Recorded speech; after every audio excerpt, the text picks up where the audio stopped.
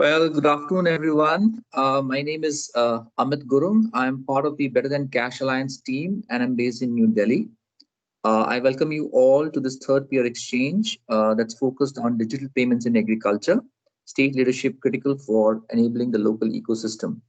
On behalf of the organizing team at BTCA, as well as our technical partners, Intellecap and NRMC, I take this opportunity to welcome you all and looking forward to a very enriching session. Before we start with the presentations and the discussions, a quick set of points on the logistics. The participant microphones will be muted during the entire webinar session. However, if the participants have any questions, feedback, any follow-ups that they need or requests from our side, please feel free to share your inputs in the Q&A box at the bottom of the screen.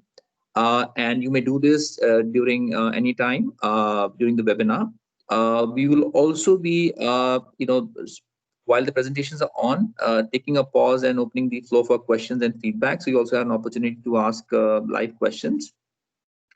The webinar will be recorded and we'll be sharing a copy of the video with all the participants as well as following up with you for specific actions and initiatives that you may be taking at the states.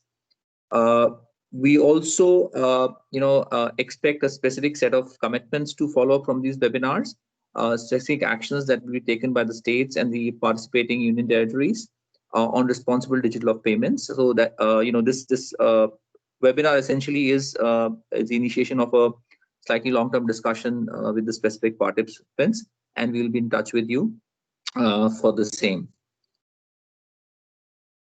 Next slide, please.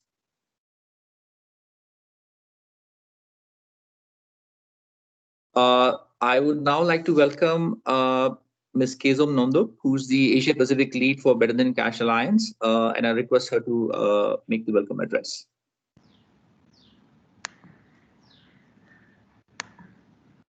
Good afternoon, and thank you very much, Amit. Welcome to all the colleagues from across the 5 states to this peer exchange on digital payments, focused very much on the agriculture sector in which you lead in your respective states. As my colleague Amit mentioned, this peer exchange is organized by the Better Than Cash Alliance in partnership with the Government of India and our technical partners. It is part of a series of learning sessions where our goal is to create the learning platforms for state to exchange ideas, good practices, and support each other to deliver on the promises of digital payments locally. By way of background, the Better Than Cash Alliance is a UN-based alliance with over 80 members from governments, companies, and international organizations who have all committed to responsibly digitizing payments to advance the Sustainable Development Goals. The Government of India joined the alliance in 2015 following the commitment from Honorable Prime Minister Modi, and since then has been a global leader on this important agenda. The topic of today's learning session, as my colleague Amit mentioned, is on responsible digitization of payments for farmers, who are the backbone of this great country. And you will see a series of speakers from across other states as well as central government bodies, some in recordings, where you will really get a great sense of overall national context, but also some really good insights and good practices from other states. And as part of that conversation, we look forward to also hearing from you on what your challenges and opportunities are, and really add to this key objective of this peer exchange, which is to really create that learning platform to share good practices and lessons. And that brings me then to the objectives of the specific objectives of today's learning sessions, which are to identify the success factors for implementing digital payments in the agriculture value chain, and we'll bring you some great insights from states like Assam, like Kashmir, like Telangana on the implementation of INAM, as well as some insights that you've already shared with us in preparation for today's session.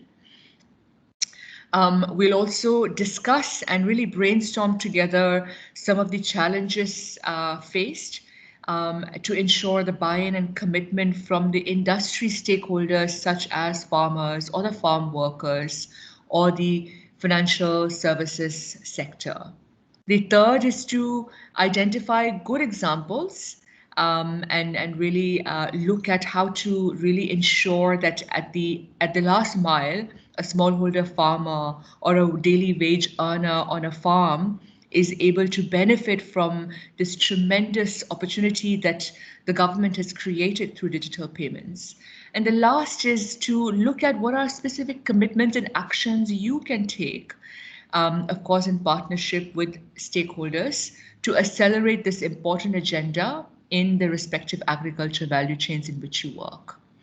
And with this, then, I'd like to introduce the next speaker who will appear in the form of a recording, Ms. Archana Dureja from the Ministry of Electronics and Information Technology. Ladies and gentlemen, a very good afternoon to all of you. Simmi ma'am could not join because of some important high-level meeting at the last minute. So I am giving this keynote address on her behalf. Actually, it is an honor for me to join. One second. It is an honor for me to join all of you here in this learning session organized by BTCA along with the technical partner Intellecap.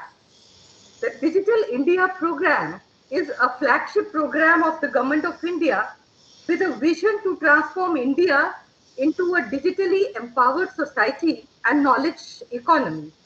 Promotion of digital payment has been accorded highest priority by Government of India to bring each and every segment of our country under the formal fold of digital payment services. The vision is to provide facility of seamless digital payment to all citizens of India in a convenient, easy, affordable, quick and secured manner. Ministry of Electronics and IT has been entrusted with the responsibility of leading this initiative on promotion of digital transactions, including digital payments. A dedicated DigiDhan mission has been set up in MITI for building strategies and approaches in collaboration with all stakeholders to promote digital payments and create awareness. METI is working with all multiple stakeholders, including banks, central ministries and departments, and states to create an ecosystem to enable digital payments across the country. The market of digital retail payments has grown exponentially with the introduction of UPI. Today, citizens have been provided with multiple options to make digital transactions. Most importantly, the country's response to the COVID crisis would have been incomplete without a robust retail digital payment infrastructure in place. With the digitization of social transfers and strengthening of digital delivery, JAM infrastructure, which we call as JAM Trinity, which is Jan Dhan, Aadhaar and mobile, digital payments have today become an integral part of government-driven development efforts, whether it is payment of wages, social benefits, or payments against the procurement. A strong retail user base for digital payment is thus key to ensuring successful delivery of services in a transparent, timely, and cost-effective manner. With the core infrastructure now in place, a supporting regulatory environment and a robust startup ecosystem, it is now important to explore sector-specific barriers and address issues that prevent the growth of digital payment in these important sectors.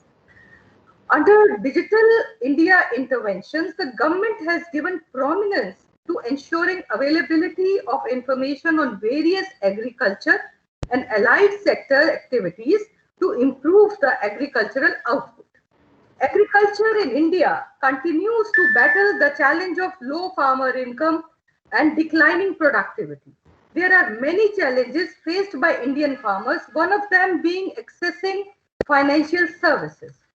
Lack of adequate collateral, lack of registered credit history, lack of market information, weak policy, legal regulatory framework, and income variability among farmers have slowed down the development of microfinance and agricultural finance markets in India. Digital technologies can play a transformational role in modernizing and organizing how rural India performs in agricultural activities. The technologies include artificial intelligence, big data analytics, blockchain, IoT, and others as they are developed. Similarly, use of Aadhaar to uniquely identify an individual and manage the delivery of support is another transforming intervention in the farming. Digitized direct benefit transfer to farmers is a vital step, as will be the building of a comprehensive digital database of farmers.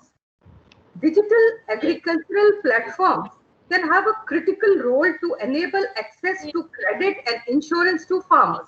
It can address several of the barriers that currently limit the availability of credit to the farmers. Digitized data can provide digital footprints in the form of sales records and purchases to determine the capacity to repay loans. It is heartening to see agri-tech startups taking the lead in bringing smart, implementable solutions to farmers in India. According to NASSCOM, India has over 450 startups in this space. Funding is up to 300% over previous years. The focus is on digital transformation for creating new value chains that are innovative and disruptive. More than 50% of these agri-tech startups offer supply chain solutions, including market linkages and better access to farm inputs. Experts estimate that 9 million jobs in this space by 2024, and most will be in rural areas. It therefore gives me an immense pleasure to speak together with our diverse states on their leadership in digital payments.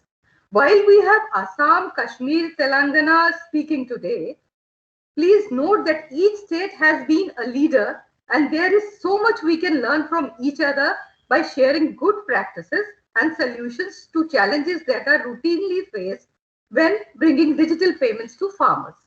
Finally, in our pursuit for higher adoption of digital payments across all sectors, we should not forget to give adequate and timely attention to issues pertaining to cybersecurity and data safety for end users and citizens. With this, I thank you for participating in this learning section and look forward to collaborate with you over the next couple of months to ensure responsible digitization of payments to farmers, especially the smallholder farmers, women farmers, youth farmers, and those that still face the foundational barriers of connectivity, awareness, and literacy and access to devices for transactions. We at MIT and across the government are keen to ensure that common Indians benefit from Indian growing digital economy.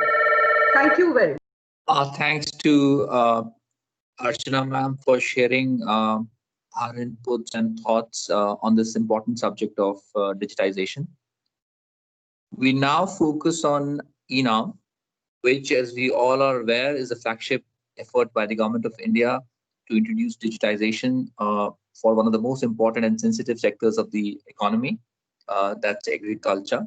ENAM, as we all know, is an online trading platform for agriculture commodities in the country, and multiple states have put in the best of their efforts to implement the system in the past few months, and we are seeing a great level of improvement as far as the digitization of the key processes in trading of commodities is concerned at the state level, which has led to better prices, increase in transparency, as well as better outcomes for all the stakeholders, starting from the farmers to the traders, as well as the buyers who are involved in the agriculture trade. With this, we now hand over the presentation to our partners in Intellecap. I'll invite my colleague from Intellecap, Abhishek, to share with the with the participants a very detailed and insightful presentation on the initiative. Over to you, Abhishek. Thank you so much, Amit. Very warm welcome to all our guests today on this important learning exchange. I'd like to start by sharing a few facts for the state of Telangana in terms of the importance of agriculture and some key economic indicators. As you'd notice that agriculture plays an important role in the state with close to 75 lakh hectare of land which is currently under cultivation. Some of the key crops that are grown in the state include paddy, cotton and maize. The sector contributes more than 1.3 lakh crore to the total revenues of the state. And in terms of the number of farmers that are involved, it's a staggering 55 lakh farmers who find employment in agriculture within the state. This constitutes almost 55% of the workforce, which is engaged in the occupation. And there were more than 60 lakh patadars in the Kharif season of 2020-2021 within the state. Moving on to the next slide, just wanted to lay out the focus on ensuring that there is core infrastructure that is in place in order to ensure that digital payments to the last mile are convenient. If you look at the total cash out infrastructure from an ATM, bank branches, and a BC network perspective, you'd notice that the state has done better than the national average, be it on the ATM side, where the number of ATMs is almost 1.5 times the national average and has been growing steadily year over year. Currently, there are almost 24 ATMs per 100,000 population. Similarly, when it comes to bank branches, the state is doing well with 13.5 bank branches on an average per 100,000 of population, and this compares favorably to the national average of about 11.5 branches. There are also close to 16,000 BC points that have been deployed in far-flung areas to enable banking for the last mile population. Moving on and taking a quick look at the state of digital penetration from an enabling technology perspective, you'd notice that internet penetration is one of the key areas of concern that the state is trying to address, with the subscriber rate well below the national average. And this is now being a targeted intervention for the state to not only ensure that the state moves up to the national average, but actually crosses that. When it comes to mobile subscribers, the state has done fairly well with more than 106% subscription base on the mobile side. And even in terms of Aadhaar saturation, it's almost 99.9%, which speaks about the extent to which Aadhaar has been made available to the population. Moving on. In terms of the key challenges that farmers have been facing, and therefore the focus of the state to move to ENAM, I think there are two major issues that we'd like to share with you. The first one is the typically long cycle that farmers have to go through in order to realize their payments. Typically, it takes about 15 to 30 days for them to realize payments after the date of sale. Now, this delay in realizing cash often forces them to increasingly look towards informal sources of lending in order to ensure that the monies are received in time for the next cropping season or for the purchase of settling old dues that they might have incurred as a result of the previous crop. And therefore, really, the intervention that is of prime importance in the state is to ensure that farmers get their payments more conveniently and more quickly.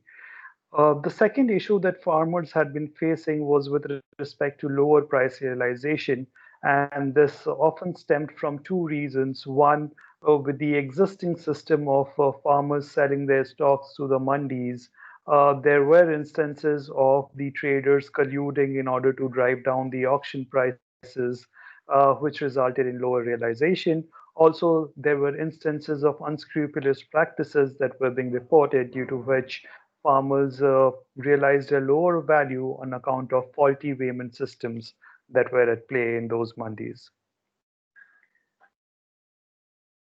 Uh, if we take a quick look at ENAM overall, today this national trading platform covers almost 18 states and 3 union territories.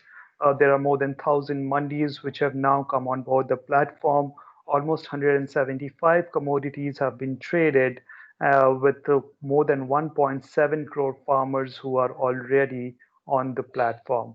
This also includes the over 1 lakh traders and close to 84,000 commission agents who are part of the platform and play an important role, whose buy-in and whose comfort levels are critical for this success. In terms of digital transactions, the total volume and value has crossed over 662 crore rupees, with more than 1.17 lakh farmers benefiting in terms of digital payments. What you see on the left-hand side is the map of India with respect to the number of registered mandis that are currently on board in the platform. Moving on. In terms of state initiatives, Telangana has been one of the major success stories for ENAM, with almost 18.15 lakh farmers who are currently on board or registered on the platform. This is almost 1/3 the total number of farmers in the state, and therefore speaks volumes as to how fast the state has been successful in driving farmers to move towards this platform for better realization of value. Almost 30 lakh metric ton of agriculture commodities has been transacted on the platform, valuing over 9,000 crores. Uh, this platform has also facilitated more than 64 million rupees, which is a little over 6.5 crores on e-payment side, with respect to 19 mandis that were integrated, and these payments have benefited close to about 1,000 farmers. The success of ENAM has also been acknowledged at a national level with awards and accolades from the various governments and ministries. Moving on. Alongside ENAM, there are two enabling programs that the state has been running in order to focus more on farmers and to support them. And these initiatives have all focused on uh, digital payments to the beneficiaries in terms of amounts that are being directed to the beneficiary farmers. The first one is the Raitu Bandhu program, under which the state has been providing investment support to the farmers before both the Kharif and the Rabi season. The investment support is by way of an amount of INR 5,000 that is provided to the farmers in order to enable them to prepare for the sowing season. As you'd notice in the first table, the number of farmers who have been onboarded as part of the beneficiary has increased consistently.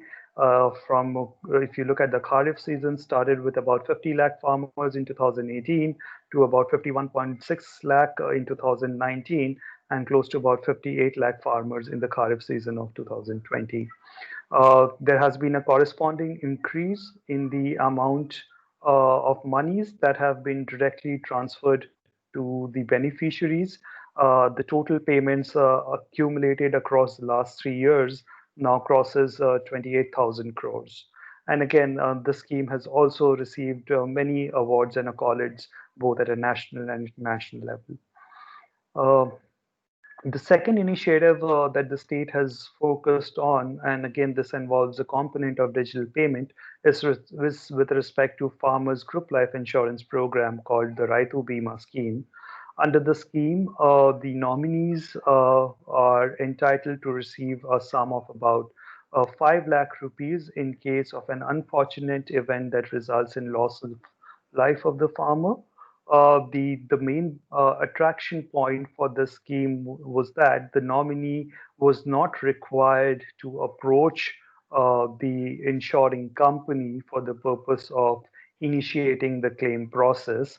and this was all automated with district collectors reporting about the claim requirements to the companies. So far, almost 37,000 farmers have been signed up to the program, and total amount that has been transferred is close to about 1,866 crores. Again, this initiative has also impacted farmers favorably and has won awards and accolades from various institutions. Outside of Telangana, Andhra Pradesh has also been a success story. The Guntur Mandi in the state stands number one in the entire country in terms of the total traded value on ENAM. The trade volumes and value crossed over 9,000 crore in the Guntur Mandi alone. At a state level, there are more than 14 lakh farmers who are part of this platform, almost close to 2,200 commission agents, and about 33 mandis with 3,200 traders registered on the platform from the state.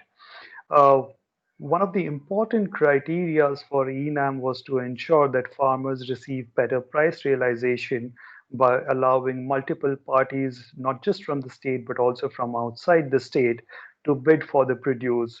And the success can be measured by the fact that the mandi at Adoni, on an average, received 10 bids for every lot that was put up for auction. And when we look at the national average on ENAM, that's about 3.7 bids per lot. That sort of tells you that with an increasing number of bidders who are coming forth to buy the produce from the farmers, there's a better likelihood that the price realization will be closer to the fair market value and will not be inordinately suppressed due to collusion amongst the buyers. Uh, the value of e-payment so far has crossed about 42 crores and has benefited more than 3,000 farmers with direct monies going into their bank accounts. There are multiple measures that the state of Andhra Pradesh has taken in order to promote ENAM. Broadly, there are three major pillars that the state has focused on to promote ENAM among the ecosystem of farmers, traders, and commission agents. The first one is to ensure that the platform is easier to use.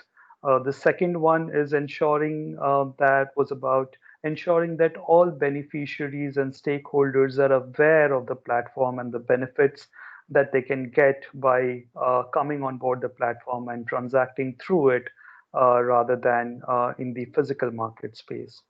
And the third important pillar was to ensure that the stakeholders had the necessary infrastructure to be able to transact on the platform. With respect to ease of use, the measures that the state took, some examples include ensuring that the weighing machines were installed at all the registered mandis. And this being electronic weighing machines, again, the chances of pilferage and wrongful weight reporting in order to drive down the payments to the farmers are addressed. Uh, Therefore, the idea was to ensure that farmers have greater confidence that the realizations they will get will be fair. The second important point here was that there were registration desks that were established across all APMs in order to ensure that whenever farmers are visiting these markets, there is someone who's allowing them or supporting them to come on board the platform through assisted onboarding. In terms of awareness programs, there were multiple farmer training centers that were set up with audiovisual equipments across all ENAM mandis in order to give farmers and the other stakeholders a flavor as to how the transaction would be done and how easy it was to use that platform in order to put up the commodities for sale as well as to accept bids. The training and awareness programs were also conducted in market yards, and there were innovative measures used to communicate the message. For instance, use of street plays in case of villages. In the case of infrastructure, one of the key criteria that I'd like to focus on is about establishing quality assessment labs which were made functional. Now, this became critical because a lot of institutional purchasers were initially apprehensive about purchasing on the platform remotely, not being assured or aware of the quality of the product that was being put up for sale. Now, with these machine-based assessment labs that are being put up, it's easier to get a holistic view about the grade or the quality of the commodity and therefore put up a reasonable price that is in sync with the quality, and there is better transparency as to what you are going to get against your bid. Some other measures that were put up include biodigesters, CCTV cameras in order to avoid any wrongdoings, and ensuring that the warehouses are integrated with ENAM for easier access to the location and the delivery of the produce. Moving on. Uh, Outside of Andhra Pradesh, here are a few other states that have been trying to promote ENAM with various measures. Uh, Among these, there are two primary methods that can be seen as recurring themes that are being used by states to attract stakeholders. These are either incentives that are offered to the state by way of a cash prize or discounts on the platform fees that are levied by virtue of total volume and value that's transacted. Now, looking specifically at some of these cases, if we look at Rajasthan, it has a combination of both prizes by way of an amount of 1 lakh rupees to the best farmer and the best trader. And then there are two other prizes of 50,000 each for farmers and traders who are at the next level in terms of the value and volumes that are being traded by them on the platform. The second initiative that the state has been using to attract participants is a discount on the market fee, and that's a 25% discount for traded amounts and for making e-payments, which is a huge booster in terms of allowing people to test the market. For women farmers, there is an INR 500 waiver that's available on traded amounts of INR 50,000 to 1 lakh. In case of traders, any bank charges that are levied on the platform are waived off in case the traded amount exceeds rupees 1 lakh. In this case of Madhya Pradesh, there is a 0.5% rebate on mandi fee. In the case of Tamil Nadu, again, it follows the cash price route to attracting the stakeholders, while in Gujarat, you have again a combination of cash prizes for farmers and incentive for commission agents, which is about 1.6 paise, and also a discounts on mandi fees if the payment is made through ENAM and digitally. With that, we end the presentation on ENAM and would now like to invite some reactions and reflections from the states that are participating with us today and have joined for this discussion. So if there are any thoughts, any pointers that you'd like to share from your experiences in the state on the initiatives that have been taken to promote ENAM, we'd love to hear more about them. If you have any questions for us, then please let us know and we'll try to address them. Over to you, Amit.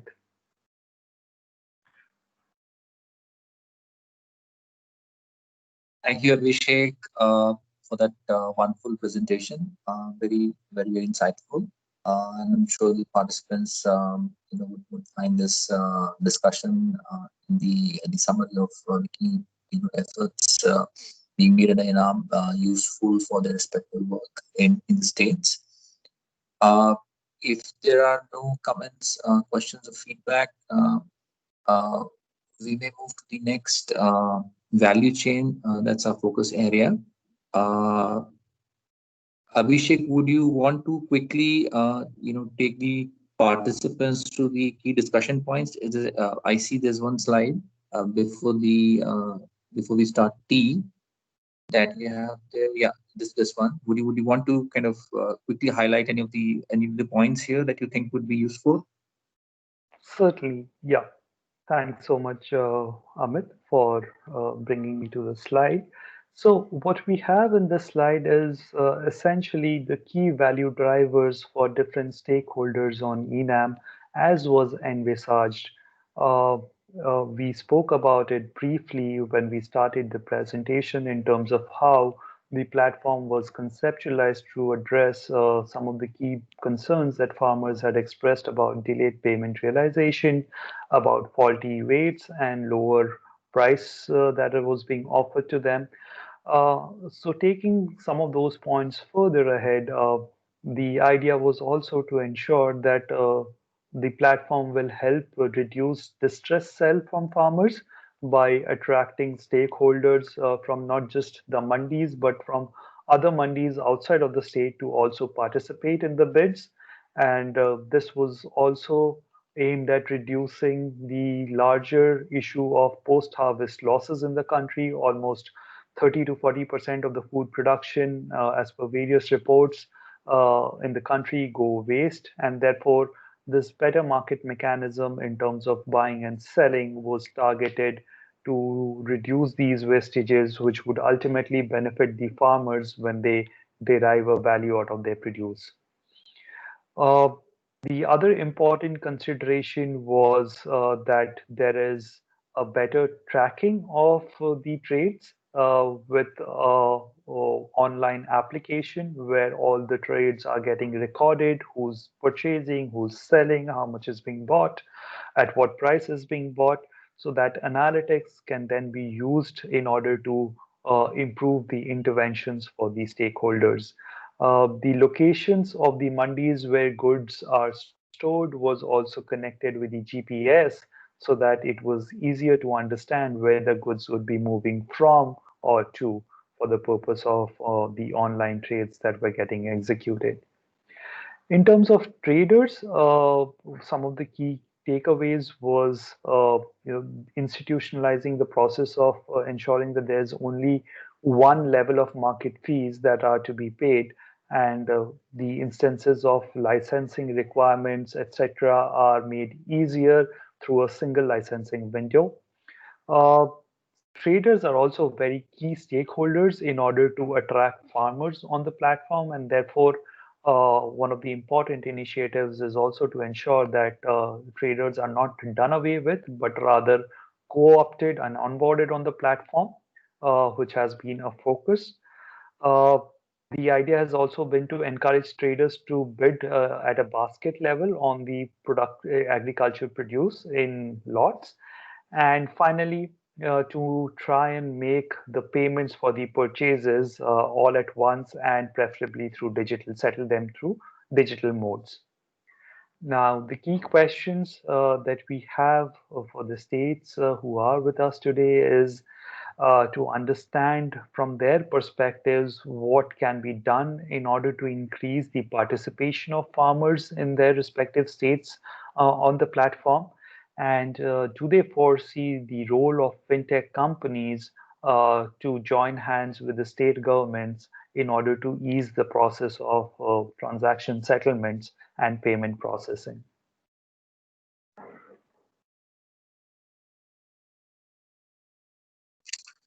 Thank you, Abhishek.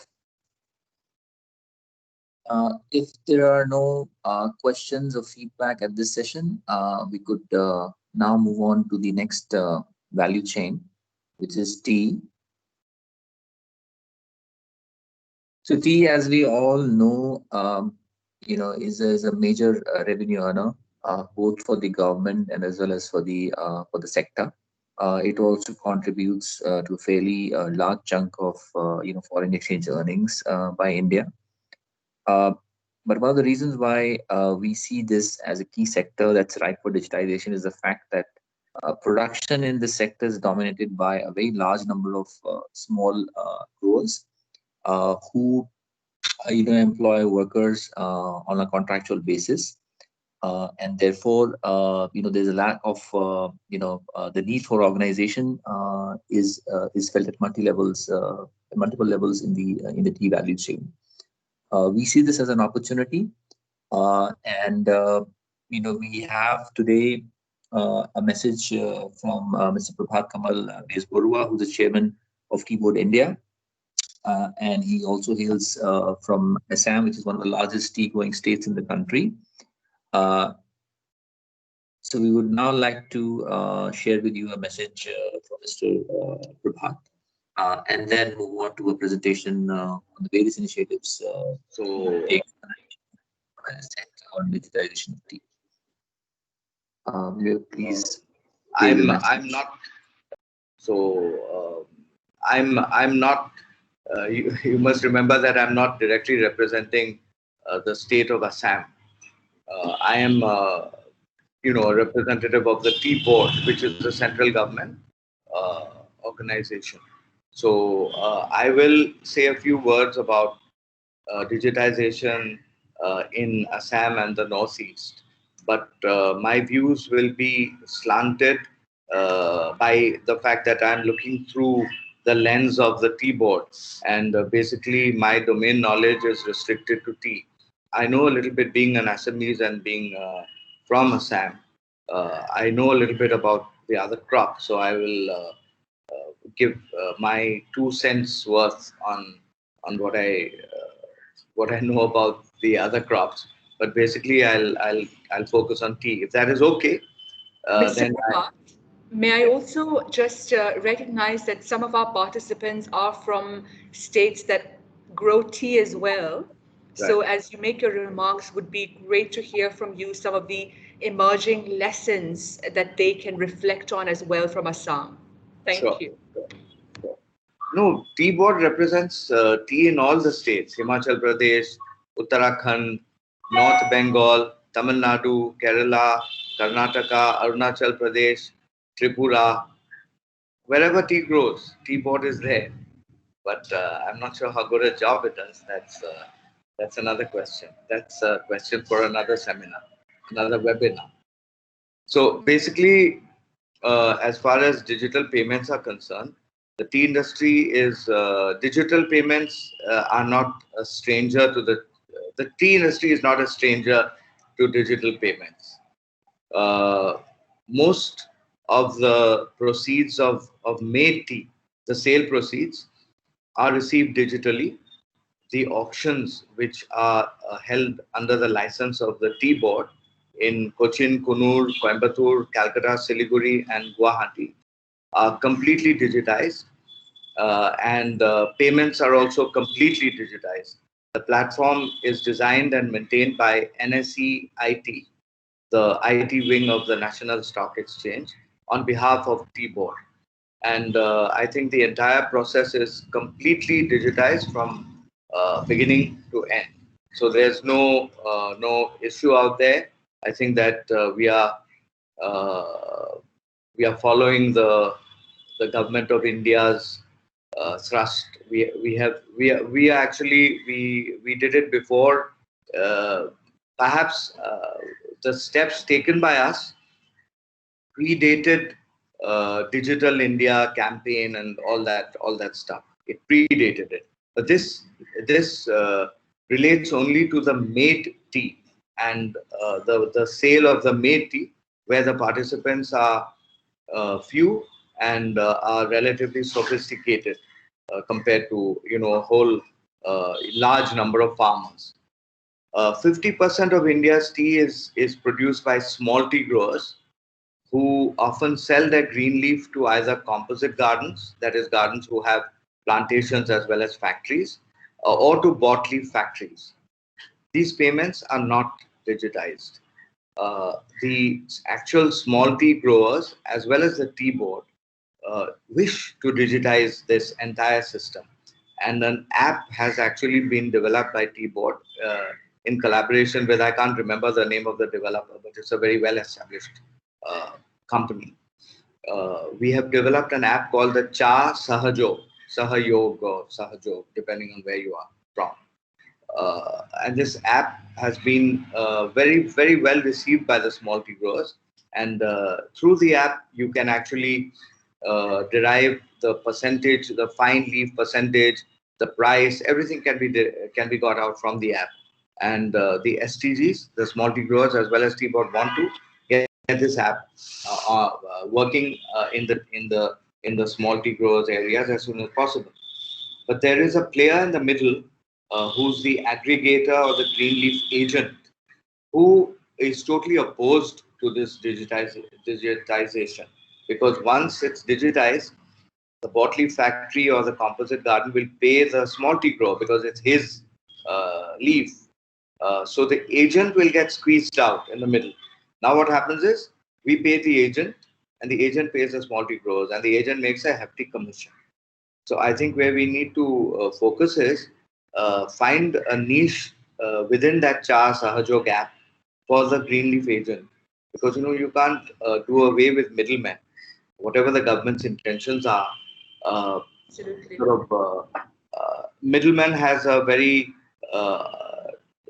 sort of a time-honored status in society. Most some of the biggest companies in the world started their business as middlemen, right? So we have to find a way of modifying the app to get a space in it for the middlemen, and then I'm sure we'll be able to implement this. The third area where the tea industry is trying to focus on digitization is payment of wages to its workers. As of now, about 55 to 60% of the value of the wages are paid in kind by the industry. But with the advent of the code on wages, the cow, and the what is the other one called? The Occupational Safety and Health Hazards Act, the two historic acts that were passed by Parliament. Uh, Payment of wages in kind is kind of frowned upon by the new uh, laws of the land, and the tea industry also will have to move towards a much larger percentage of cash payment, and then it would be more worthwhile. It already is worthwhile, but it would be more worthwhile to totally digitize the payments and the payroll. And the industry wants to do it, is committed to do it. The problem is that, at least I can speak for Assam and other northeastern states like Arunachal and Nagaland and Tripura, banking infrastructure is extremely poor in rural areas and especially in the tea garden areas in these states. And we have repeatedly tried to pay digitally, and we've had a lot of problems, logistical problems, as well as labor problems, because when the money goes into the workman's account, thanks to the Jan Dhan Yojana, which was done by the government I don't know, 6 years back, I suppose. Thanks to that, many workers do have accounts, but subsequently KYC norms were altered, and workers had to validate their accounts by producing various kinds of identity proof, and many of them failed to do so. Often not because they don't have the identity proof, but they were just too sort of lethargic to make the trek to the bank and show their KYC documents when they had other things to do. So their accounts have become dormant, and we can't use the accounts to credit their wages. And furthermore, they prefer getting their wages in cash because they get the money and they spend it. And it's actually very bad. It's leading to a whole lot of social evils. I don't know whether any of you know that tea workers in the Northeast and in North Bengal were actually imported by the British from central India, from what used to be called Chota Nagpur, which is an area spread over Jharkhand, Chhattisgarh, Orissa, Maharashtra, and Madhya Pradesh. Quite a large area. So most of the workers were fetched from those areas, and the British who developed this industry in India. Tea is endemic to eastern Assam, but the industrialization of tea happened under British patronage. So when this happened, they fetched these workers from basically this area, and they retained them in these inhospitable climes by they already had a tradition of consuming alcohol in those areas, So these the British encouraged them to consume more alcohol, and alcoholism is a big problem among tea workers. And when they get cash in their hands, the women who are much more socially aware cannot save that money. The men just drink it away. So it's of great importance to digitalize wages, but it's not unless banking infrastructure improves it won't happen. I attended a meeting chaired by the Honorable Finance Minister. I can't remember exactly when, maybe around 9 months back, 9, 10 months back, in Calcutta, where I pointed out that we can't make payments by digital payments or check payments. We can't because there's no banking infrastructure. So the tea industry should be exempted from the 2% cash withdrawal tax, because it's just a kind of imposition on us when we want to do it, but we can't. But the government can be very stubborn. So what was the response? the response was that she summoned the lead banks for Assam, Tripura, who were United Bank and UCO Bank, I think at that time, as well as State Bank of India. She summoned the managing directors, the CMDs of UCO and United Bank, and the chief general manager of SBI based in Calcutta at that time, and kind of what's the word? What's a very diplomatic word? Rebuke them about their inability to extend adequate banking infrastructure in the tea area. She rebuked them rather severely. And so for a month or two, for a month, maybe some activity did take place, and a few new ATMs were put in. I think in Assam, about 80 ATMs were put in, and in North Bengal, about 10 or 12 were put in. That's, that's nothing. In order to service 1,500 tea gardens, you need about 2,500 ATMs, and the problem is those ATMs won't be profit centers for the banks. So banks are not really interested in doing it. With that message from Mr. Prabhat Kamal Bezwarua, Chairman Tea Board India, I would now like to invite my colleague from Intellecap, Mr. Abhishek, to share a presentation on the tea industry, which summarizes some of the key initiatives focused on digitization of the value chain in this very important industry. So over to you, Abhishek. Thank you, Amit.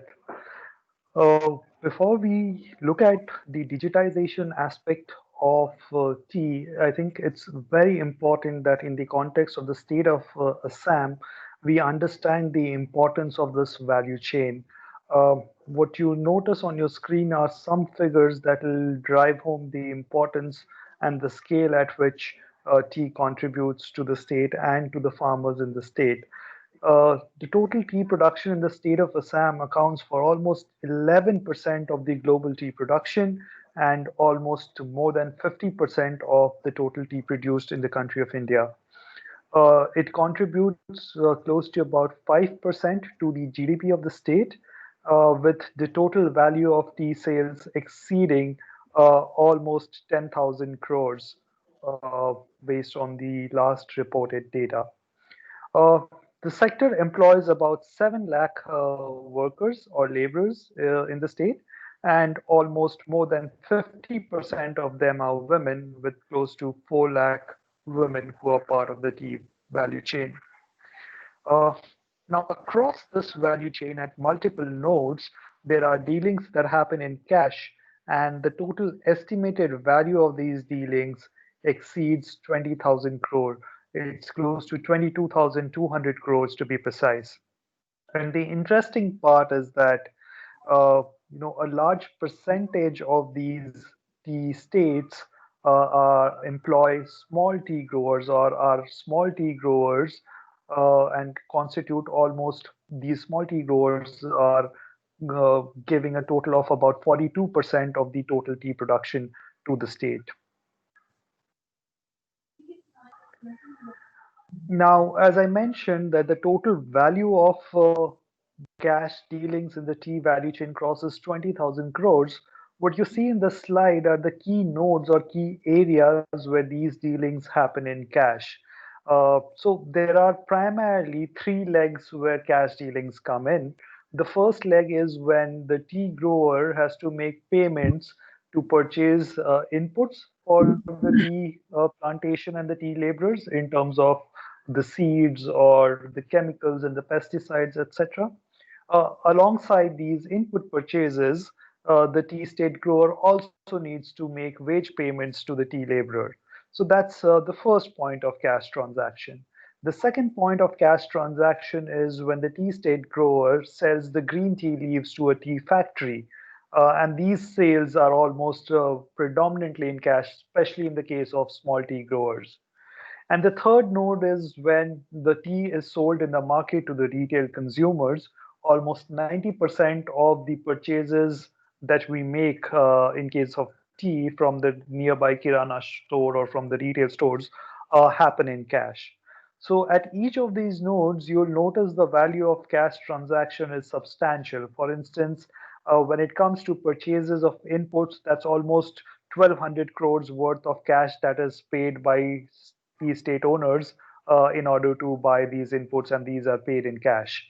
Similarly, when wages are paid to tea state laborers, predominantly these wages were paid in cash, and the total value that was paid out to the tea state laborers crosses 3,600 crore within the state of Assam itself. Uh, Similarly, when the tea state owners sell the green tea leaves to the factories, most of the times these transactions are settled in cash and the value exceeds 3,000 crores. Combined, all of these things reach to the number of 20,000 crores that we spoke about earlier. And a large percentage of these cash-based dealings also happen at the retail purchase point. If you see the value, total value of retail sales of tea, that's close to about 17,000, 18,000 crores. 90% of these sales happen in cash. Moving on. Now, with such a preponderance of cash in the entire value chain, the government of Assam tried to incentivize the stakeholders to move away from cash. And there are two key initiatives or two key interventions that the state introduced in order to incentivize its stakeholders. The first one was by way of incentive that was offered to a tea state worker or a laborer to accept the payment digitally in order to reduce their resistance to digital payments and reduce their insistence to be paid in cash. The government initiated the Assam, sorry, the government initiated the Assam Chai Bagicha Dhan Puraskar scheme. Now, what the scheme entailed was that every tea worker was paid 2,500 rupees as a direct benefit transfer for accepting digital payment. And there was a further incentive of another rupees 2,500 that would be paid if the worker continued to use his accounts for 6 months. That is his bank account for 6 months. Now, with this initiative, almost 7 lakh bank accounts were credited with the sum that was set out. It covered almost 752 tea states within the 26 districts of Assam, and a total of 182 crore rupees was transferred to beneficiary accounts as part of this incentive payment. The next incentive was directed towards the tea state owners. And as part of this, what the state government sort of provided for is an incentive to the tea state owners, which was calculated at rupees 100 per laborer employed on the tea state who was being paid digitally instead of in cash. So if there are 100 laborers that were employed in a tea state and I paid the monies to the tea laborers, their wage payments directly in the bank account, then the state government would offer me an incentive of rupees 100 into 100 laborers in whose accounts I had made the payment digitally. By way of this initiative, the government transferred close to 7 crore rupees to different tea state owners for making their payments digitally to the workers. Moving on, in order to support this digital payment initiative in the tea value chain, there are 4 critical partnerships that the government of Assam leveraged in order to drive home the benefit. The first partnership was with the private sector, which is the tea estate gardens themselves. As a part of this intervention, the deputy commissioners within the state conducted meetings with the tea garden owners and managers to spread awareness about the importance of digital payment and to address any concerns that they had with respect to making the payments digitally. The second partnership was focused with working with financial institutions in order to ensure that these tea state workers had a bank account in the first place so that the monies could be then directly transferred to their bank account. As a part of this partnership, the State Bank of India opened more than 8 lakh bank accounts, and this is as of February 2020, in order to enable the tea state owners to make payments to the bank accounts directly. The third important partnership that the state entered into was with infrastructure players on the internet connectivity side in order to ensure that there is broadband connectivity across the different tea estates. And for this, Railtel was assigned the task of ensuring bringing broadband within the tea states where the ATM machines could then be installed so that workers could use those ATM machines and take monies out from their bank account and therefore make it easier for the workers to accept digital payment because that would allow them to cash out at their convenience. And finally, the fourth stakeholder category that the state of Assam started working very closely was the industry associations. And we just now heard Mr. Prabhat talking about how the tea board has been working at a pan-India level across with multiple states in order to support the tea states and their stakeholders. Similarly, the Tea Association of India collaborated with the state bank in order to make it easier for the bank to identify the tea gardens where the bank needed to open its ATMs or set up CSP accounts based on the volume of or the numbers of workers that were involved and the lack of any nearby cash out points within those vicinities. Moving on. However, this entire initiative was not without its challenges, and the number one challenge in the state of Assam was around infrastructure and specifically around the cash out infrastructure. So, what you see on the slide are some numbers that drive home the point as to why uh, the state had to really beef up its infrastructure in order to make this initiative a success. If you notice, in terms of ATM penetration, the state lacks the national average by a significant margin. There are only 10.5 ATMs per 100,000 population in the state compared to the national average of 15 ATMs. Similarly, in terms of bank branches, the state had only 8 bank branches per 100,000 population compared to about 11.5 bank branches at a national level. In terms of internet penetration, also, the state has only 40% internet penetration or 40 subscribers per thousand population compared to 54% as a national average. And even in case of mobile subscription, the same issue with the state's mobile subscription rate being close to 66% compared to the national average of 84%. What you see on the bottom right is actually the biggest pain point that was critically impeding once the bank accounts were opened. The Aadhaar seeding within those bank accounts and the number of people who had Aadhaar is also abysmally low in the state, and this became a critical challenge that the state had to sort of fight through in order to make digital payments a reality. Next slide, please. The other key infrastructural requirements in terms of the Jandhan, Aadhaar, and mobile penetration, we've briefly spoken about accounts that were being opened by State Bank as part of the initiative to ensure that the tea state owners could actually make the payment. So you see a substantial increase that happened between 2018 and 19 from 17.5 million accounts to about 19.6 million accounts. Similarly, there has been an improvement in the number of Aadhaar seeded accounts, which has increased from 1.1 million in 2018 to about 1.2 million in 2019. Uh, in terms of mobile seeding, there has been a slight decrease from 64% accounts which were seeded with the mobile numbers. That number fell to 60% in 2019. If we look at the corresponding numbers for the T state laborers, then you'd notice that close to uh, 0.03 million, which is about 30,000 new bank accounts were opened for T laborers between 2018 and 19. That number has increased substantially since then. Even in terms of Aadhaar seeding, the number has increased from 20,000 to about 40,000 accounts which are seeded with Aadhaar. And in terms of mobile seeding, that percentage has improved slightly from 33 to 34%.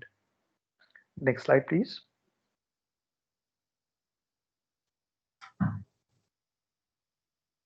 Now, despite all of these initiatives, because of the challenges that we just discussed and spoke through, the digital payment of wages is actually happening only in 3% of the registered tea gardens. So, out of the 841 odd registered tea gardens in the state of Assam, only about 28 states, in about 28 states, the government was able to actually make the payments to the workers, or not the government, the tea state owners were able to make the payment to the workers digitally. And some of the key reasons, again, summarizing from our previous discussions, was number one, the lack of ATMs or cash out infrastructure. Number two, the poor internet connectivity meant that the transaction failure rates were very high, close to as high as 50%. And this bad sort of experience on the transaction side also discouraged stakeholders from adopting digital. A lot of the ATMs remained unoperational again because of poor and lack of seamless internet connectivity. Uh, and finally, the issue of KYC and Aadhaar seeding, uh, or Aadhaar penetration as a first step itself in the state being low, became critical challenges that the state has to fight through in order to move towards digital. Can we move to the next one, please? Now, as way ahead, what the state of Assam is looking for in order to accelerate these digitization of wages, with a specific focus on close to 4 lakh women tea workers in the state of Assam, involves three key levers of change that the state targets to achieve. One is improvement in the Jan Dhan, Aadhaar, and mobile indicators. The second is to create more awareness around use cases for digital payments and how it can be made more convenient, and it is likely to result in improvement in savings, improvement in income for the beneficiaries who receive digital payments. There's also an importance to bring in more private sector fintech players to come in and help the government improve the state of digital payments within the target segment. And finally, there's an important consideration of co-opting and onboarding the middlemen who play an extremely critical role with these low-income communities in terms of influencing their choices and behavior patterns. Instead of looking at these middlemen as adversaries, there is a need to partner with them and to bring them on board or into the whole idea of digital payments. With these three points in mind, I would again seek views from our participating states if they have any reactions or reflections to make in terms of any ideas that, for instance, the state of Tamil Nadu has with respect to the coffee workers within the state of Tamil Nadu. Has the state been engaging with the central government? Have you tried to digitize payments? From what we understand, post the lockdown, a substantial part of the payments to the coffee workers were mandatorily processed digitally. Are there any reactions or experiences that you would like to share which might benefit other states also? And please feel free to share any anecdotes from your experiences of dealing with the middlemen as well within the state to make digitization a success.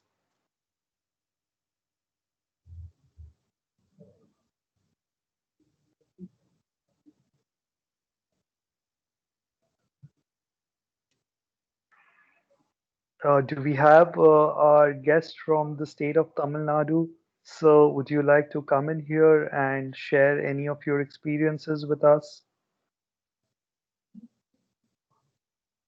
Sir, we are closely following it, and we are from Agriculture Department. Marketing Department will substantiate regarding this aspect, sir. Sure.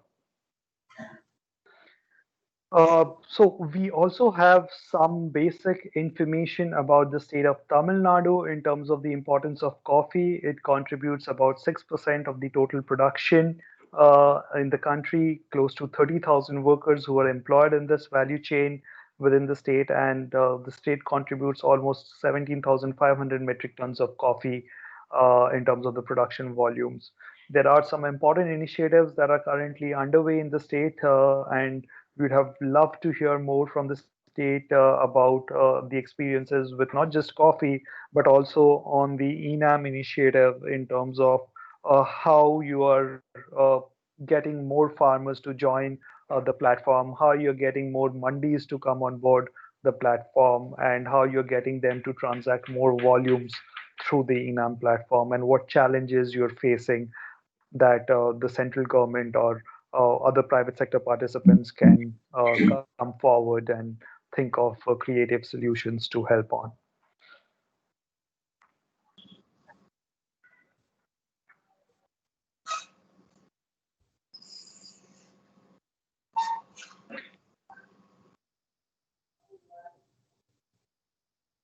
Uh, Sir, is there something that you want to share with us on this ENAM or the coffee side? I know you said that the marketing team would be able to provide more context, but are there any reactions from your end in terms of any of the initiatives that you think the state has been pursuing on the coffee value chain side or on the ENAM side? No, sir. Thank you. No, sir. Sure. That's all from my end. Amit, back to you.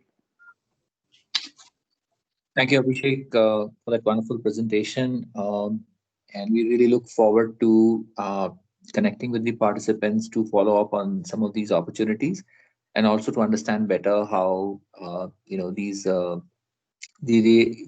are being addressed by each of the states to the respective mechanisms, either as part of a special program or as part of the larger scope of work within the Ministry of Agriculture. Moving on, our next value chain of focus is Apple, and we are aware that we have participation from Himachal Pradesh today. This presentation, as well as a message from Jammu and Kashmir, is again focused on the recently launched initiative, which has been extended by the sector to procure directly from the producers in the state. So we would want to, definitely focus on, some of the experiences and the learnings, as well as the lessons that have been learned in the state of Jammu and Kashmir. And we would want to start with a message from Mr. Jahangir Hashmi, who is Additional Secretary, Department of Horticulture, Government of Jammu and Kashmir, followed by a detailed presentation.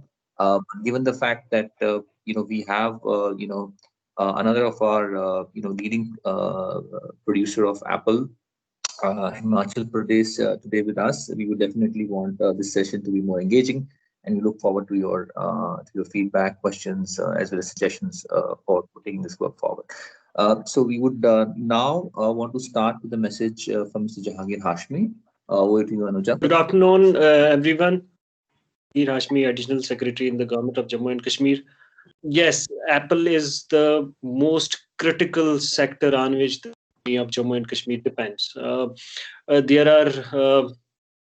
are assumptions, and we all know that Kashmir is famous for the tourism industry.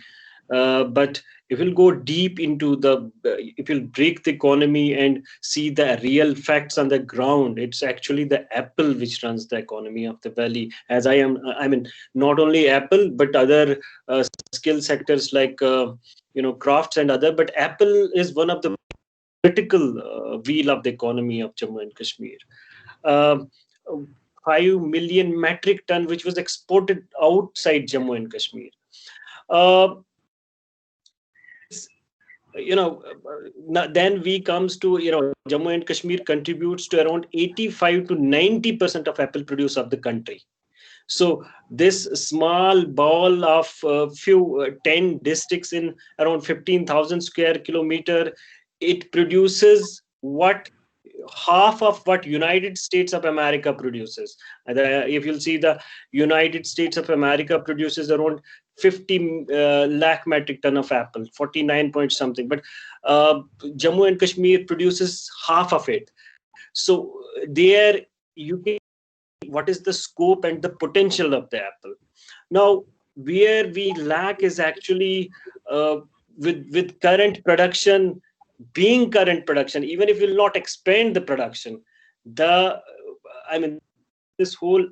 particular webinar or event is focusing something that if we will take the current production, certain things have to be done by which we will enhance actually the income of the farmer, and the income of the farmer will go double his income given this production. So that means there is a problem in the value chain. So how that problem is, that I will come to later. If I'll see in this slide itself, I have already told you 1.65 lakh hectares is under apple cultivation. The share of total fruit acreage, we have, the other fruit, unique horticulture is product is almond and walnut. So, but apple is around 70%. So the key production clusters are, most of the apple is produced in the Baramulla district. It is around 4.75 lakh metric ton. And then it is followed by Shupian. It's around 3.5 lakh metric ton.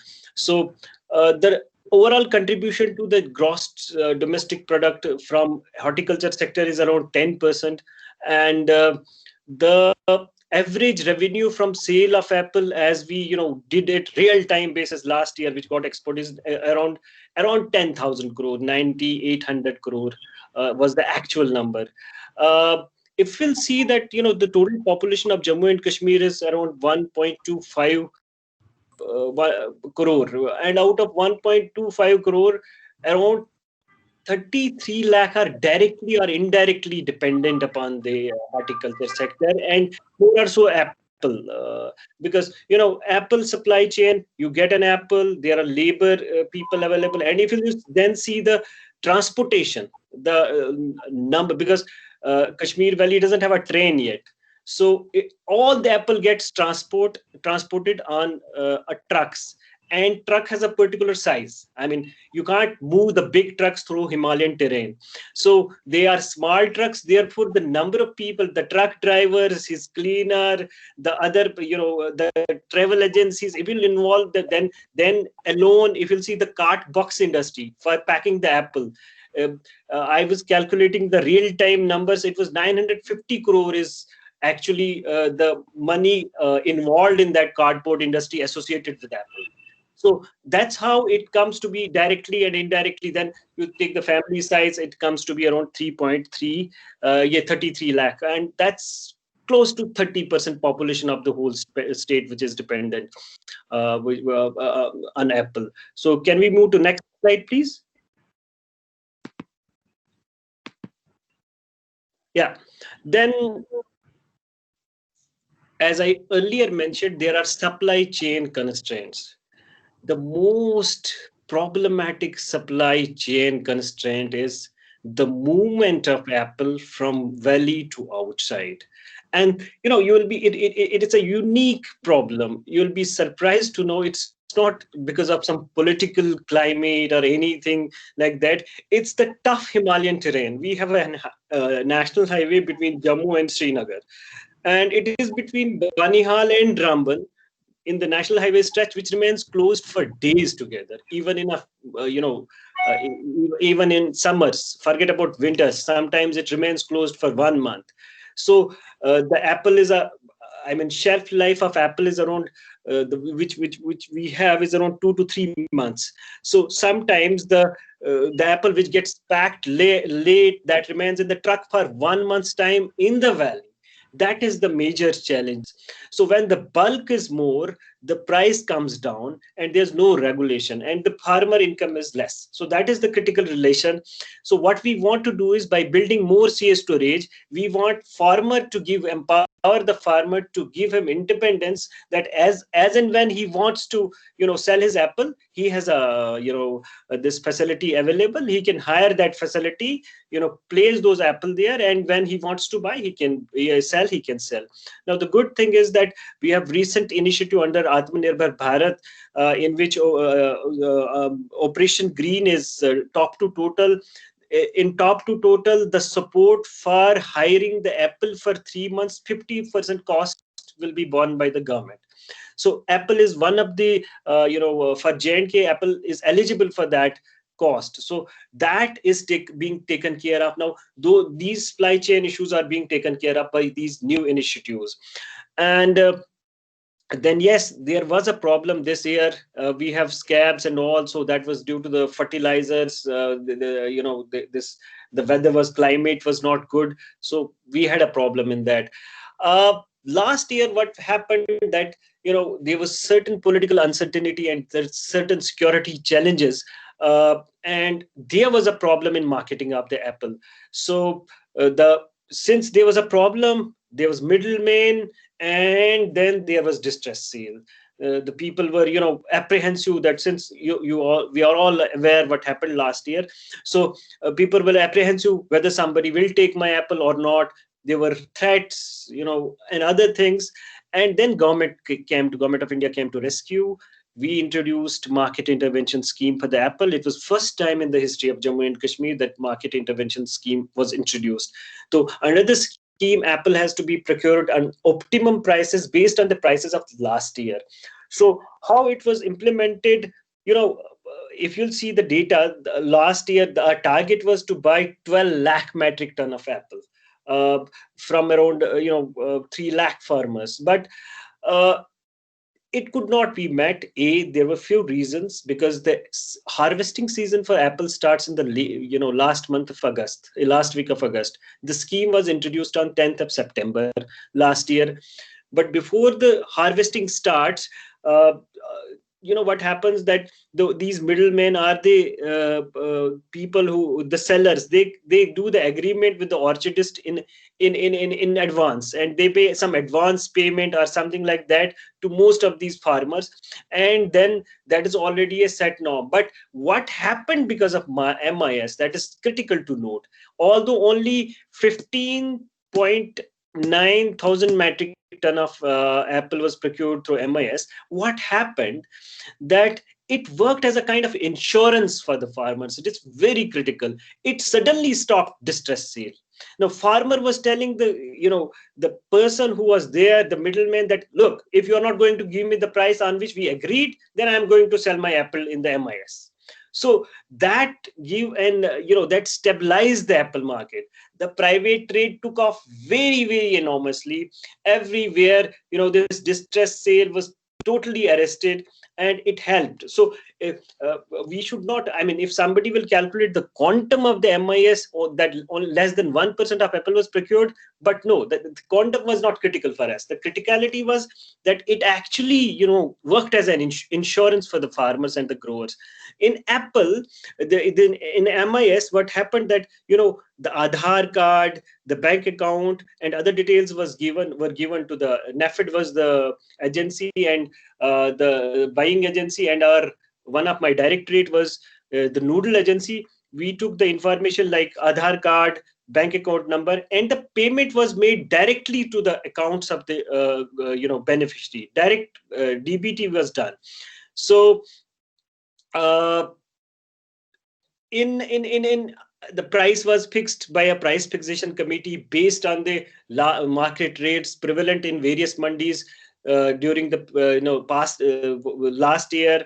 So the similar, then there was a quality and grading control committee constituted of local officers who used to grade the apple, that whether there are 3 grades of apple usually, the A grade, B grade, and C grade.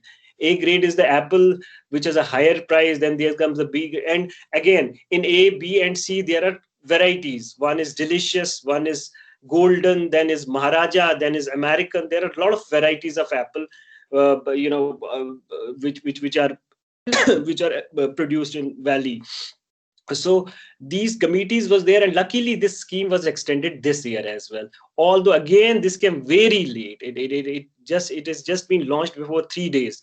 Now already we are in the middle of harvesting season, and this scheme has been launched. And again, this model is there that everything, the payment is directly going to the account of the grower through DBT mode, and there is a registration process. We have to make online registration, since there is a problem of bandwidth in Jammu and Kashmir. You all must be aware, we don't have a 4G this thing.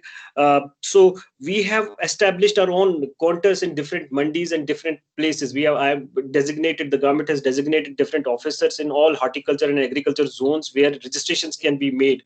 They take sometimes manually, and then there is a data entry operator who enters those informations. One, the Aadhaar and the bank accounts are linked, and then the payment is made directly to their account. This time with NAFID, as the agreed mechanism is that the payment under MIS will be made within 8 days, within 8 working days, once the procurement will be done. As you could be, in earlier slide, you must have seen. Please go to the previous slide. You must all have seen that the Jammu and Kashmir has the better ATM and bank presence than the national average. We have, if you'll see, the ATM presence in J&K is around 18.7 per million population, whereas the national average is 15.3. So we are better in the financial inclusion. There's no issues deep into the apple trading, apple producing clusters. There are a number of banks. J&K Bank is there. The other banks, J&K Bank has a deep penetration, and our all schemes are linked to the J&K Bank. And then lot of people and most of apple growers have these bank accounts and Aadhaar cards, because we have certain schemes. For example, if in input side, we have something called high density plantation scheme. High density plantation is that we, this is in consonance with the Honorable Prime Minister's target of doubling the farmer income. But by way of high density plantation, we assume that the farmer's income in apple side will not double, but it will go at least 4 times. So that is again through DBT mode. The subsidy given in the high density plantation is in DBT mode. Because there is that's a unique model in high density plantation. For a plant, government gives subsidy, and farmer has to contribute 10%. So farmer has to first, there is an account is opened in the name of farmer. The farmer will contribute 10% to that account. Government will contribute 90%, and then that 90 plus 10 will be contributed by the 2 agency, and then it will go to the entrepreneur who will give the plant. So it's all bank transaction. There is no direct connection with the entrepreneur or the grower. So the schemes are mostly through DBT mode now, and there is a CSC network. We call them service, and we call them khidmat centers. They are there for helping and facilitating the growers if they require some sort of help and technical know-how. But mostly, going off this presentation, I'll tell you one important thing to note, that as regards to the apple production in Jammu and Kashmir, it is now considered the most return-oriented farm practice. And our officers who get retired from the services, they go to this. They actually take this apple orchard, apple producing. They go and do this farming because, and then most of the apple marketing is private. We all know that there have been recently 3 farm bills have been introduced by way of which direct marketing has been made possible. and the APMC acts have been, although the APMC, whosoever wants to do the marketing through APMC Act, they can also go to the mandis. But I'll inform you all that in Jammu and Kashmir, the apple marketing was done directly for decades. There was no restrictions of doing the taking your apple produce to the mandis and then sell them. So there is a direct marketing, and most of the trade is private. And then I checked, I had discussion with this team earlier as well. For last 2 days I have been checking with these apple growers. Lot of apple growers have their bank accounts and they do the transaction through banks, but many have not. Now the government doesn't have any control. We will try to learn from other states and other experiences how to completely facilitate the digitization of this private trade, because it's not in our hand. It's a completely private trade, except for MIS. In MIS, market intervention scheme, which we have introduced, it is completely DBT. And for those schemes which we are giving for the encouragement of apple cultivation or high density plantation or CA storage, that is also completely DBT mode. But as regards to private trade, we have to learn from other states how they actually in private trade, how they go for DBT, or how they go for complete digital switchover. So as I already told, this slides is about this execution challenges of MIS. The only challenge which we have is that it has been started late. Had we been knowing, that it would be started, we would have started working for it from May, or the real time to announce such scheme for Apple would have been ideally May or June, so that all the growers who do their own agreements with the private traders, they would have shown the interest in it.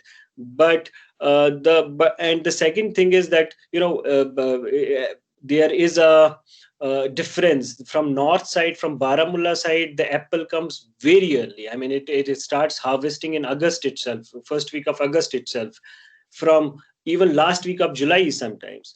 From south side like Anantnag, Shupian, the apple comes in late August. So if the apple starts harvesting in July, last week of July, from the major cultivation hub like Baramulla, where most of the apple is produced, then introducing the scheme at last week of October or in the middle of September will obviously have challenges, because farmers would have already sold their yield to the buyers in advance, because they have to get prepared. The second, I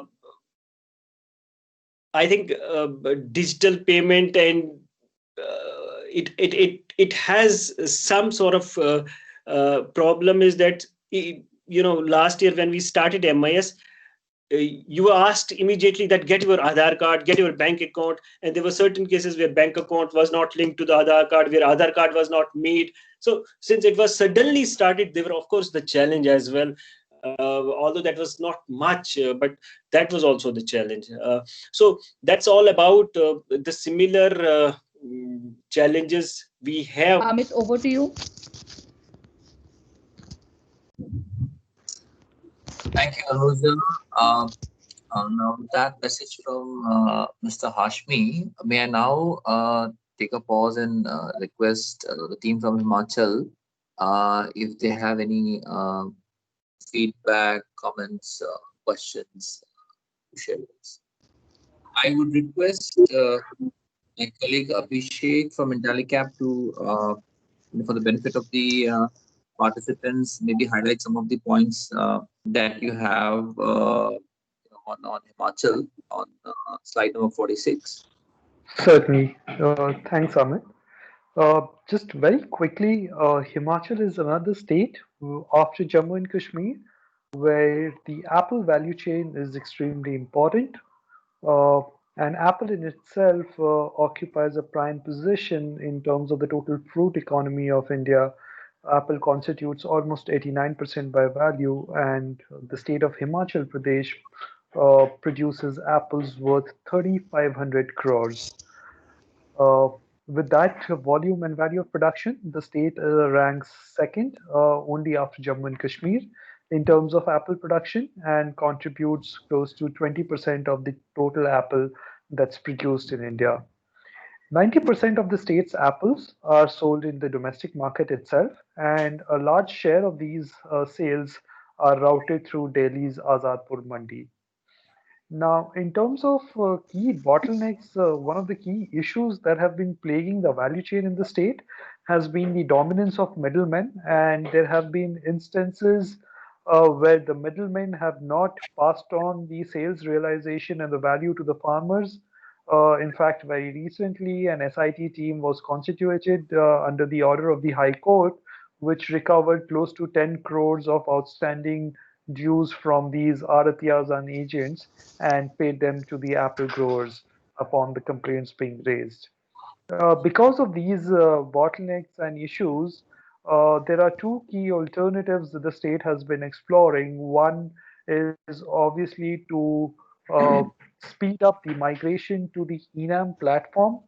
And on that note, close to 1.2 lakh farmers have already been onboarded, and close to 2,000 traders and more than 1,000 commission agents have been registered under ENAM.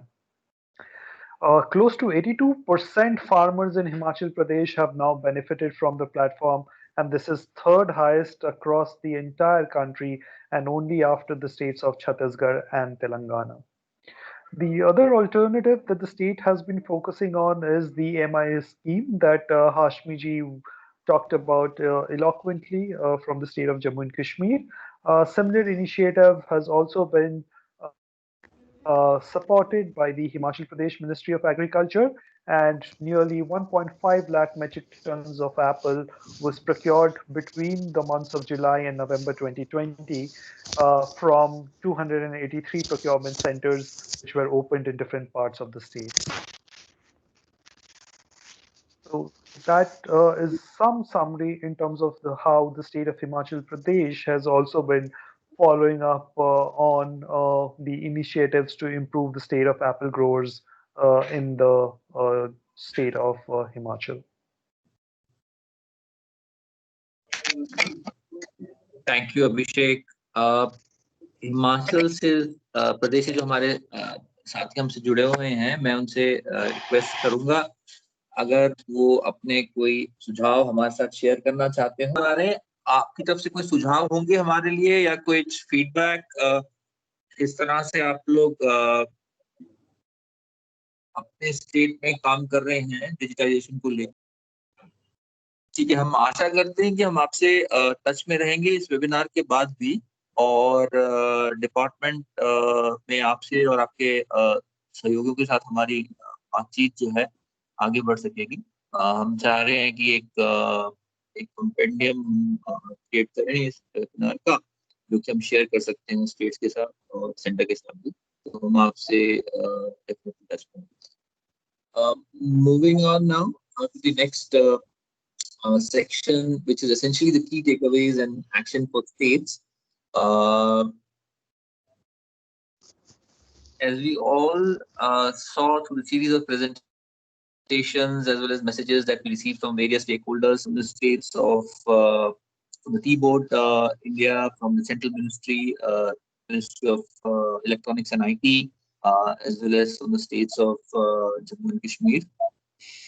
We realize that there's a lot of diversity in these agriculture value chains, across all states. Each commodity has its own,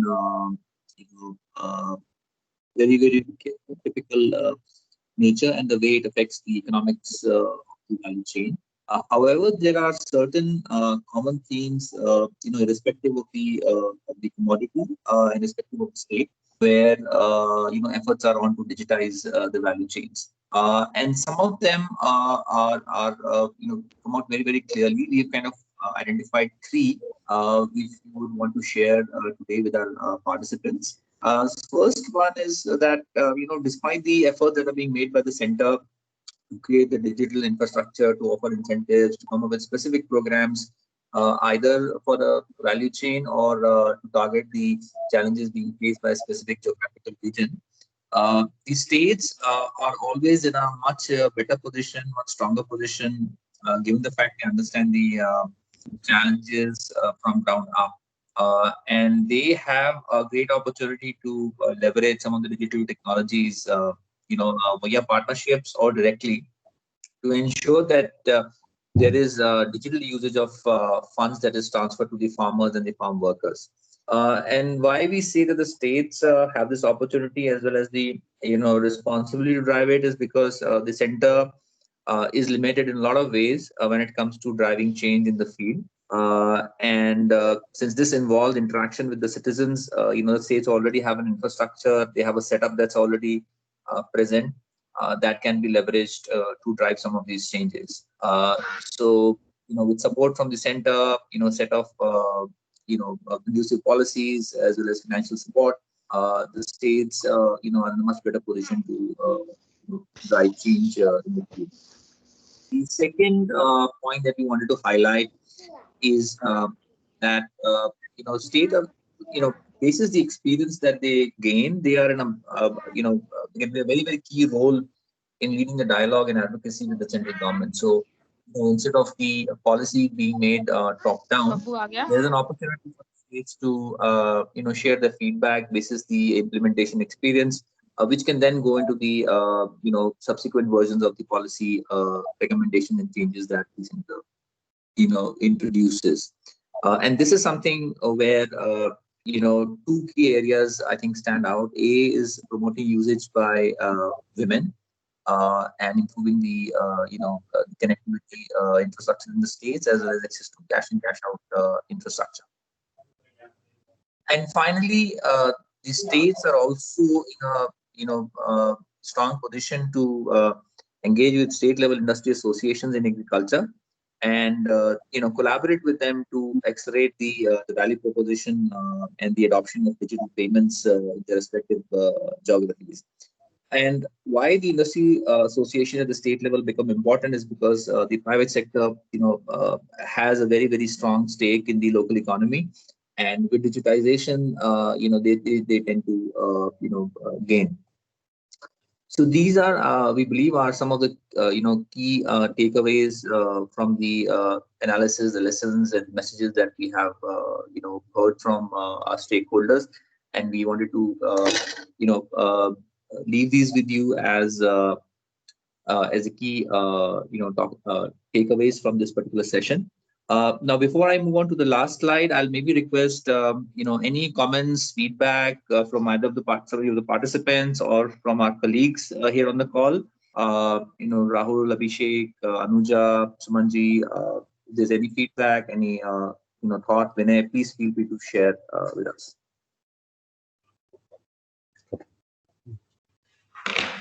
Sure, Amit. Nothing at this point.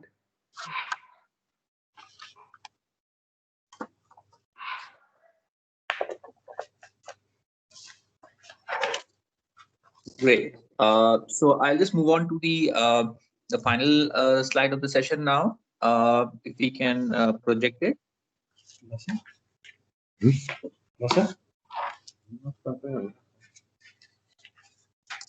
So these are the set of 8 guidelines that we recommend to all our members. And these guidelines essentially are some of the core principles that we recommend that all our members keep in mind while they are designing digital payment initiatives. And the first one is pretty straightforward, is to kind of treat clients fairly, essentially to ensure that there is a level playing field for all stakeholders to participate, that there's no bias in the way these services are digitized, and the pre and the post digitization phases do not create inequities. The second one is more from a cybersecurity and perspective, essentially to make sure that even after digitization, the clients feel secure about the funds that they are digitizing, and all the solutions that are offered are safe, safely designed, and are secure enough. They ensure that the client's funds always remain safe. The third one is on product transparency for clients, and this is essentially focused on ensuring that all the clients are aware of what they're signing up for. So if there's any hidden fees, any hidden charges, any responsibilities and liabilities, that they need to be made aware of that before they kind of sign up for the product and service. Fourth focuses on design for client needs and capability. And essentially, this points out to the fact that while we are designing new solutions for people who have never had access to digital financial services or even financial services, or they are the first-time users of formal financial services, the product designs are finalized keeping in mind their requirements and capability to use them responsibly and in a safe manner. The fifth one focuses on client access and use through interoperability, essentially to ensure that there is no lock-in with the solutions that are offered, that it doesn't lead to a situation where a specific set of people are unable to transfer funds to another set of users, and that there is interoperability built in the system that ensures that the free flow of funds happens even in digital form as it happens in more traditional modes of payments. Providers are also recommended to take responsibility for client services across the value chain. And given the fact that digital payments essentially is a combination of multiple service providers, multiple stakeholders coming together to offer a unified experience to the users, oftentimes it happens that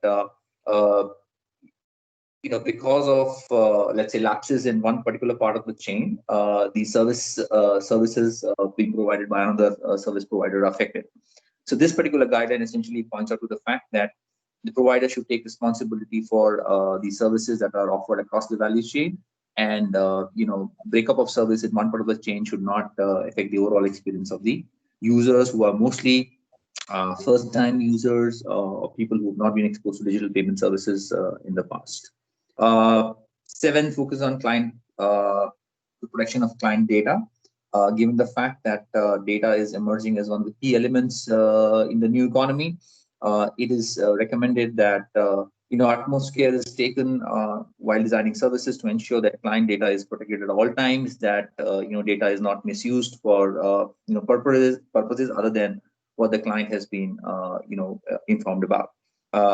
And finally, there should be adequate mechanisms for the clients to approach the service provider and access client recourse in case there are any issues with the services, and any disruption in the services or the quality of services. So this is just a basic overview of these 8 guidelines. If you wish to know more about these guidelines, please visit our website to more about them, and feel free to reach out to us if you have any questions. Now with that, I guess we come to the end of the session. I would like to thank all the participants and the organizing team, colleagues from Intellecap, for the support and active participation in conducting this wonderful learning session. One parting note to the participants: the states of Tamil Nadu, Andhra Pradesh, and Himachal. So we would be reaching out to you post the session and follow up with you on some of the action items that are already being implemented at your state, but also to kind of seek your suggestions and feedback on how some of these learnings can be replicated in other parts of the country through collaboration and support. Wishing everybody a very Merry Christmas and a Happy New Year, and thank you very much for participating.